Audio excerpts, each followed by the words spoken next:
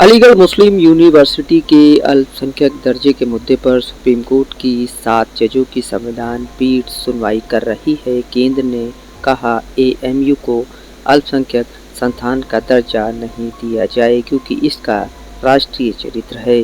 अलीगढ़ मुस्लिम university यानी AMU के अल्पसंख्यक दर्जे का विवाद करीब 57 साल पुराना है और इस पर विभिन्न अदालतों द्वारा कई बार फैसला सुनाया गया है।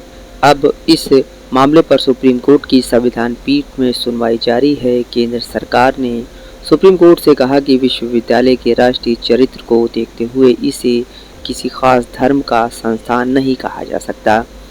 एएमयू के अल्पसंख्यक दर्जे का मुद्दा कई दशकों से कानूनी विवाद में फंसा हुआ है। सुप्रीम कोर्ट ने 12 फरवरी 2019 को इस मुद्दे को 7 जजों की संविधान पीठ को भेज दिया था।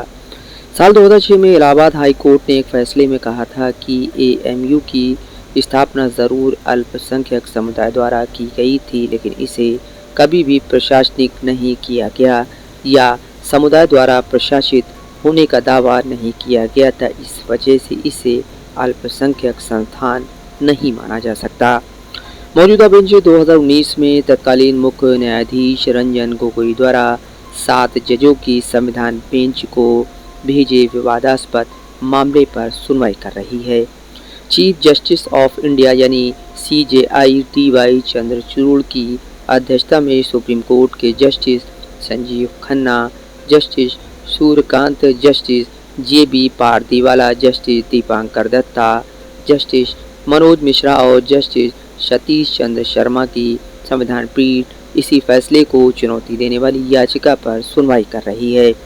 संविधान पीठ के सामने केंद्र सरकार की ओर से सॉलिसिटर जनरल तुषार मेहता ने लिखित दलील की अपने राष्ट्रीय चरित्र को देखते हुए एएमयू अल्पसंख्यक संस्थान नहीं हो सकता। सॉलिसिटर जनरल मेहता ने अपनी दलील पेश करते हुए कहा, विश्वविद्यालय हमेशा राष्ट्रीय महत्व का संस्थान रहा है, यहाँ तक कि स्वतंत्रता पूर्व युग में भी। उन्होंने कहा, संविधान के तहत घोषित कोई भी विश्वविद्यालय राष्ट्रीय महत्व का होता है। इस परिभाषा के मुताबिक एएमयू एक अल्पसंख्यक संस्थान नहीं हो सकता। एएमयू की ओर से वकील राजीव धवन ने केंद्र की दलील का विरोध करते हुए कहा कि सरकार विश्वविद्यालय के इतिहास को नजरअंदाज करना चाहती है। उन्होंने कहा कि यह संस्थान पहले मोहम्मडन एंग्लो ओरिएंटल कॉलेज था, जिसे बाद में बदलकर एएमयू किया गया। उन्होंने ये भी कहा कि एएमयू को बनाने के लिए मुस्लिम समुदाय ने काफ़ी प्रयास किया। संविधान का अनुच्छेद 30 सभी धार्मिक और भाषाई अल्पसंख्यकों को शैक्षणिक संस्थान स्थापित करने और प्रशासित करने का अधिकार देता है। यह प्रावधान यह गारंटी देकर अल्पसंख्यक समुदाय के विकास को बढ़ावा देने की केंद्र सरकार की प्रतिबद्धता को मजबूत करता है कि यह उनके अल्पसंख्यक संस्थान होने के आधार पर सहायता देने में भेदभाव नहीं करेगा।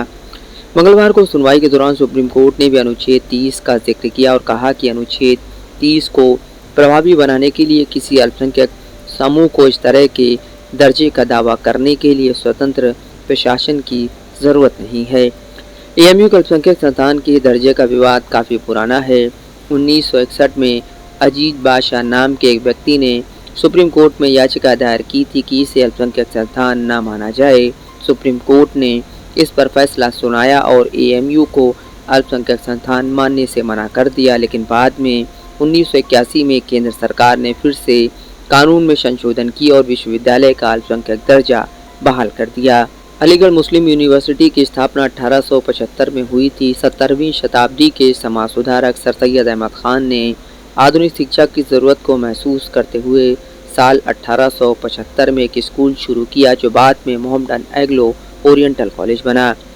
1 दिसंबर 1920 को यही कॉलेज अलीगढ़ मुस्लिम यूनिवर्सिटी बन गया। उसी साल 17 दिसंबर को एएमयू का औपचारिक रूप से एक यूनिवर्सिटी के रूप में उद्घाटन किया गया था। भारत में तमाम राज्यों के अलावा अफ्रीका, पश्चिमी एशिया, दक्षिण पूर्व एशिया, शार्क और कई अन्य देशों के भी छात्र यहाँ पढ़ने आते हैं। सर सैयद ने मुसलमानों के शैक्षणिक पिछड़ेपन को दूर करने और उन्हें सरकारी सेवाओं के लिए तैयार करने में मदद करने के लिए इसकी स्थापना की थी। एएमयू ने न केवल पश्चिमी शिक्षा प्रदान की बल्कि इस्लामी धर्मशास्त्र पर भी जोर दिया। सर सैयद ने महिला शिक्षा की भी वकालत की थी।